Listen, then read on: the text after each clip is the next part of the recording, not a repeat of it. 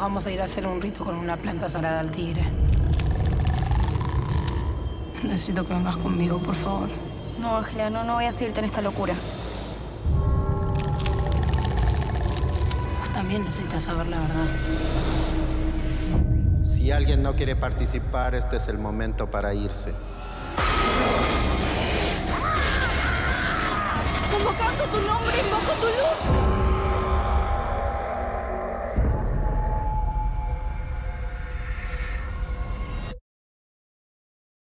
Con respecto a otra película también, Resurrección, tiene una trama muy relacionada con la religión católica, ¿sí? Y esta, con Luciferina pasa exactamente lo mismo, pero agrega otros elementos como el autoconocimiento y la ingesta de ayahuasca. Sí. ¿Cómo se incorporan estos elementos a la realidad, al verosímil de la película? Lo del catolicismo yo supongo que es una cuestión cultural, como todo,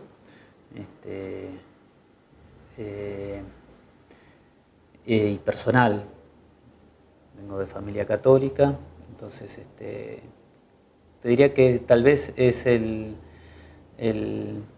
primer vórtice o la primera mirada hacia lo sobrenatural que uno tiene. Lo que pasa es que uno lo tiene tan incorporado como algo cotidiano, porque la religión definitiva, por lo menos en mi caso, que iba a misa todos los domingos, era ir a misa todos los domingos, pero cuando reparás en lo que es el imaginario de la cultura católica, como cualquier otra religión, lo que empezás a descubrir es el lado sobrenatural que tiene la religión en sí misma. Y religión, metafísica, magia, van todas de la misma mano. O sea, vos podés ponerle el rótulo que quieras, o tendrán distintos dogmas, o tendrán distintos sistemas, pero en definitiva están hablando un poco de lo mismo, que es lo que no podemos ver más allá de nuestros sentidos y de nuestra razón. Entonces, desde ese lugar, el catolicismo es el lugar que me toca a mí. Supongo que si hubiera nacido en la India o hubiera tenido otra inclinación, como me gusta el género fantástico, la incorporación del catolicismo calculo que viene un poco por ese lado. En el caso de Resurrección, al tratarse de una película muy específica de género gótico y muy vinculada a una época donde además el catolicismo estaba muy arraigado y estaba en crisis, porque era 1870, estábamos en plena época del positivismo, y de golpe la fe y la religión empezaba a perder poder, y estaba todo ese poder que venía con la Revolución Francesa, con la Revolución Industrial, que era la razón, la diosa razón, y cómo cada vez que quiere venir la diosa razón a presentar una totalidad, lo que termina pasando es que no lo soporta la realidad. Es como que la realidad se alimenta también de esta otra cosa más intuitiva, más irracional. ¿Qué es lo que pasa en Resurrección? O sea, la ciudad de Buenos Aires era el símbolo del progreso en este país, de todo lo que había que hacer bien, los buenos deberes eran esos, Occidente era eso, y la ciudad en su pleno apogeo de eso, que fue con Sarmiento como presidente, encuentra prácticamente los abismos de la muerte, porque la ciudad prácticamente estaba a punto de morir. Acá quedó muy poca gente. Y eso lo trajo el carnaval, y lo trajo la guerra del Paraguay, y lo trajo toda esa cosa irracional y espantosa que es el otro lado de la vida, que es la muerte en un punto. Porque si hay algo que no tiene sentido, es la muerte. Entonces, o lo puede tener, pero creo que eso nos ubica a partir de ahí para construir cualquier cosa es desde ese lugar. En Luciferina, como en Resurrección, se introducen elementos que tienen que ver con esto de nuevo, que es lo sagrado. Lo sagrado es, vos vas a Jujuy, por ejemplo, y lo habrás visto seguramente, en la festividad de la Pachamama está el cura católico abriendo la tierra. Y en los Vía Crucis, en Santa Catalina o en Xavi, vos ves que también está todo el culto profano en medio de lo católico. Entonces lo católico y lo que tiene que ver con lo telúrico y la tierra y el sincretismo que se pueden armar con distintas creencias de acá, arman toda una sola construcción que es lo sagrado, que tiene que ver con esa sobrenaturalidad que puede haber en los bordes de la vida. Entonces es tomar un elemento, en este caso la ayahuasca me pareció algo muy interesante porque había escuchado, cuando empecé a escribir la historia, esta idea de que en algunos lugares se la utiliza no solamente como una planta madre para hacer tus introspecciones o una búsqueda sobre tu inconsciente o lo que sea, sino también como método para curar exorcismos. Entonces era llevarlo un poco a ese extremo, desde el lado de la fantasía. Sería eso. Bueno, Luciferina también está planteada como el inicio de una trilogía, algo que no es habitual que hagamos acá en Argentina. ¿Cómo venís trabajando las películas? ¿Hay un hilo conductor general que atraviesa las tres? ¿Tenés los tres guiones armados? ¿Cómo?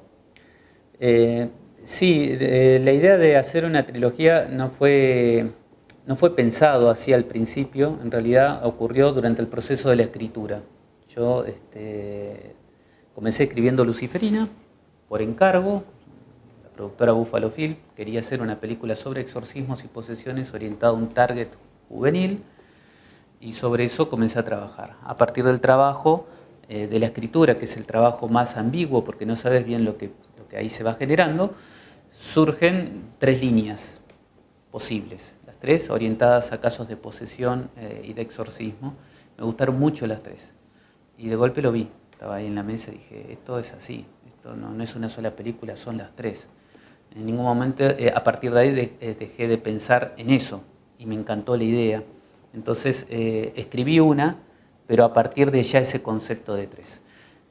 No tenía un pensamiento desde el marketing o desde la estrategia de decir hagamos tres, ni fue algo pedido así originalmente. Surgió y eso fue lo que presenté. Yo dije, bueno, hagamos la primera, pero esto es una trilogía. Los puntos en común son básicamente, son tres chicas vírgenes. Las tres sufren casos de posesión, distintos casos de posesión, y las tres ocurren en una misma ciudad. Todo esto tiene personajes cruzados y un sentido que lo estoy construyendo ahora. Como sé que no, por la situación del país y por cómo está todo, yo no sé si vamos a poder concretarlo o no. Darío Argento tardó tanto tiempo en hacer su trilogía, o sea que no sé si puede llevar años o no. Mi idea es volcarlo a la literatura y transformarlo en novelas igual, a pesar de que por ahí se hagan o no se hagan. Así que un poco sería eso. ¿Cómo crees que se va a ser recibida la película en este contexto que tenemos de debate con respecto a la legalización del aborto? Sí, alguien me preguntó lo mismo con respecto al aborto, porque está bien, Luciferina toca varios temas, ¿viste? Pero no es específico el aborto. Si vos me decís cuál es el tema de Luciferina, para mí por lo menos, tiene que ver con la identidad robada. Tiene más que ver con el robo de los bebés, en el sentido alegórico o físico, que con el tema del aborto. Lo que está planteado incluso en Luciferina, que es toda esta cuestión del inicio de la vida y la ambigüedad del inicio de la vida, el útero, el bebé,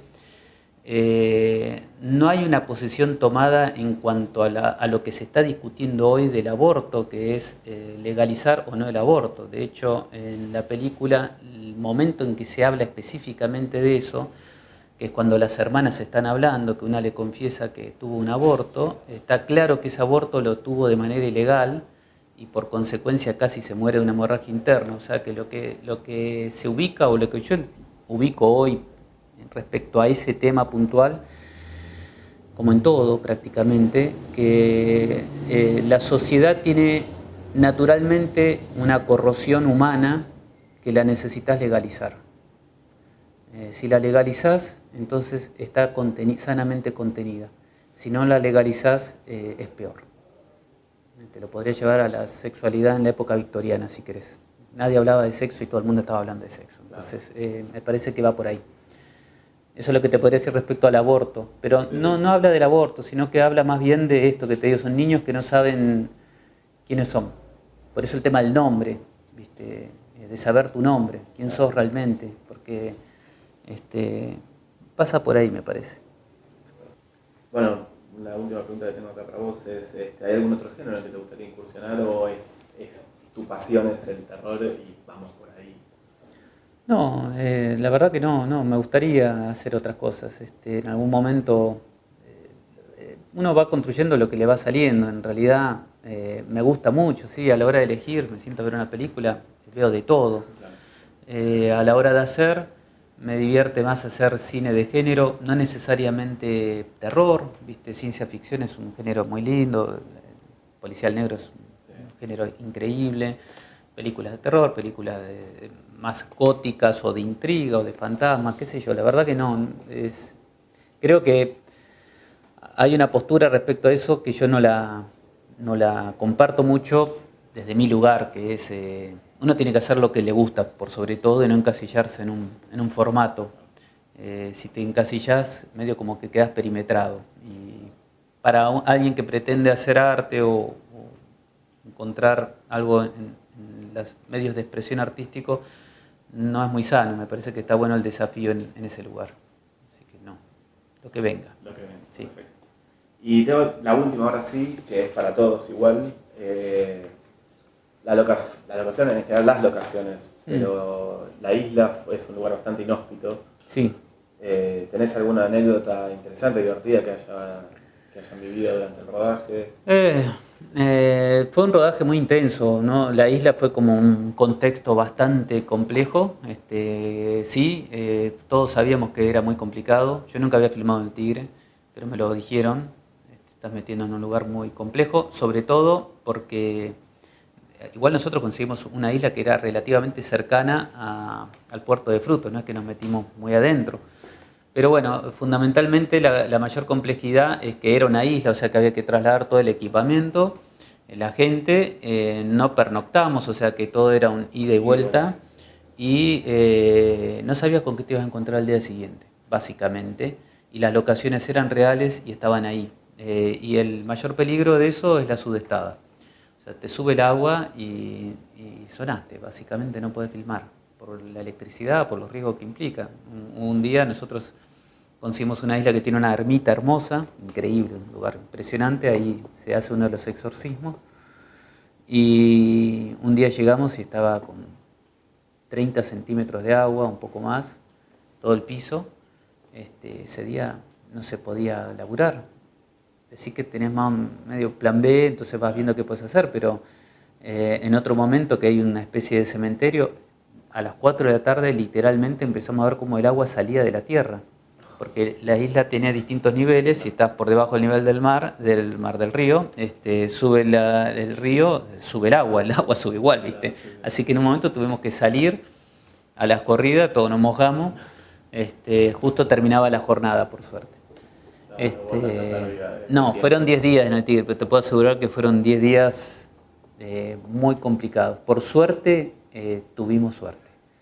Podríamos no haberlo tenido, hubiera sido catastrófico, pero tuvimos suerte, nos acompañó en ese sentido la buena energía y valió la pena porque nos puso la película en otro lugar.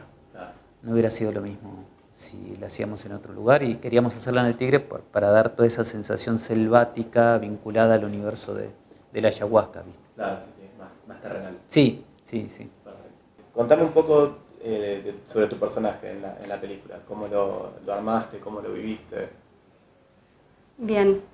El personaje de Natalia tiene como dos caras, sería como un blanco y un negro, que todo el tiempo están dialogando. Sería como la parte buena, por decirlo de algún modo, y esta otra parte oscura que aparece en sueños, que la perturba y que ella desconoce, que no la tiene entendida y que le da miedo acercarse a esa parte, ¿no?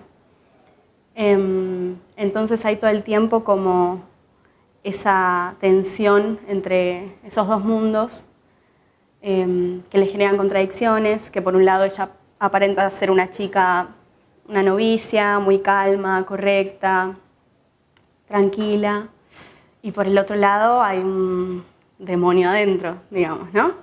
Entonces, bueno, un poco fue eso, como ir viendo las contradicciones que había en el personaje y cómo era esa búsqueda, ese viaje de ir encontrando su identidad, de ir conociendo la historia familiar, de ir entendiendo lo que le pasaba, por qué los sueños, qué le iba pasando con el resto de los personajes, qué le pasa en la isla cuando llega. Es como un ir descubriendo su verdadera identidad y apropiándose de eso y luchando para destruir eso que le hace mal. Pero hay como un sinceramiento, ¿no? Digo, un sinceramiento, un devenir de eso que ella quiere esconder, pero ya no puede esconder. Digamos que la historia la lleva a eso, claro, a hacerse cargo de su historia. Cambiando un poco el tema, anteriormente habías hecho Interludio. Sí. ¿Sí? ¿Tiene otro código, otro tipo de perfil la película incluso? ¿Cómo encaraste esta propuesta vos? ¿Viste películas de referencia? ¿Te gusta el cine de terror? No me gusta particularmente el cine de género, no particularmente, pero sí tuve que tener como una preparación muy grande de ver material, de entender algo de los tiempos. El cine de género, de terror, tiene como algo de ir envolviendo la acción para que decante y explote. Entonces había algo de eso, de ir como trabajando de a poquito el suspenso, que es necesario para que el otro que lo está viendo también entre en esa intriga. Sí, ver mucho material, mucho trabajo físico tuvimos, las posesiones eran una apuesta importante. Sí, fue una preparación intensa, fueron como 2 semanas antes de mucho trabajo de guión, de entender esto de las acciones, de no adelantar, de ir de a poco, que se vaya desenvolviendo la trama y el personaje, como que el personaje y la trama van juntos, van creciendo juntos. Entonces, sí, mucho trabajo. ¿En qué, si es que lo hiciste, en qué basaste la construcción del personaje? ¿Vos tenés a qué le tenés miedo vos y si lo usaste algún miedo tuyo en la preparación y el armado de la construcción de Natalia?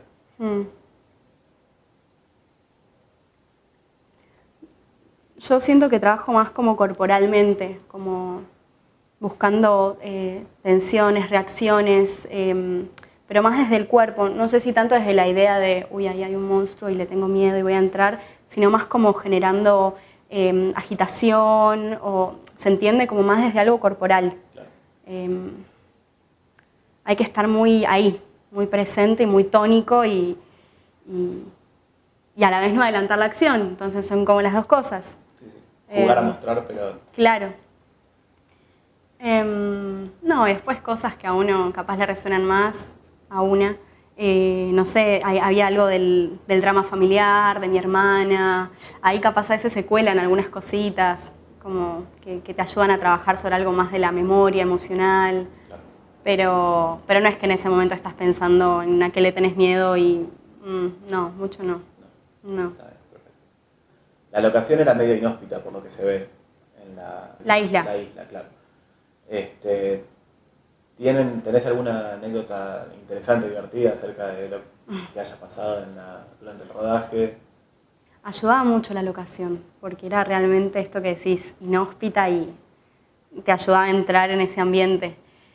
No, de la que tengo es de otra locación que era el geriátrico, el que está ahí en Chorbarín, que es un geriátrico que hoy funciona. Y no, en realidad no es una anécdota, es algo para contar. Pero de repente, no sé, había un corte porque cenábamos y de repente pasaban ancianos por ahí y nos veían como que había una mezcla de mundos y aparte viste que el geriátrico tiene como sus energías, es un geriátrico público, como que nada, ahí convivimos un poco con los ancianos y nada, no sé si fue una gran anécdota, pero me acordé de eso. Sí. Perfecto. Bueno, así que quiero agradecerte y por haberte prestado a esto. Bien. Y éxitos con la película. Bueno, gracias. Como primera pregunta, quería que me cuentes un poco cómo desarrollaste tu personaje, cómo fue que armaste a Abel. El tema era, con el desarrollo de Abel, el tema era ver cómo hacer la posesión. Claro.